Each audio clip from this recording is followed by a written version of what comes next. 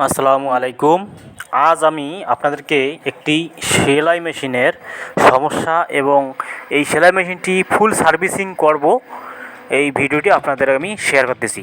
তো এই ভিডিওটি আমি পার্ট করে দেখাবো। আজকে দেখাবো আপনাদের এই সেলাই মেশিনের সমস্যা এবং এই পার্টসগুলো আমি খুলবো এবং পরবর্তী ভিডিওতে আপনাদেরকে আমি দেখাবো পার্টসগুলো কীভাবে আমি লাগাই।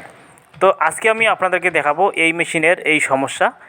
অনেক দিন থেকে মেশিনটি পড়ে ছিল, মেশিনটি চালনা করা হয়নি, যার জন্য মেশিনটির জাম লেগে গেছে এবং সব পার্টসেই জংকার ধরে গেছে।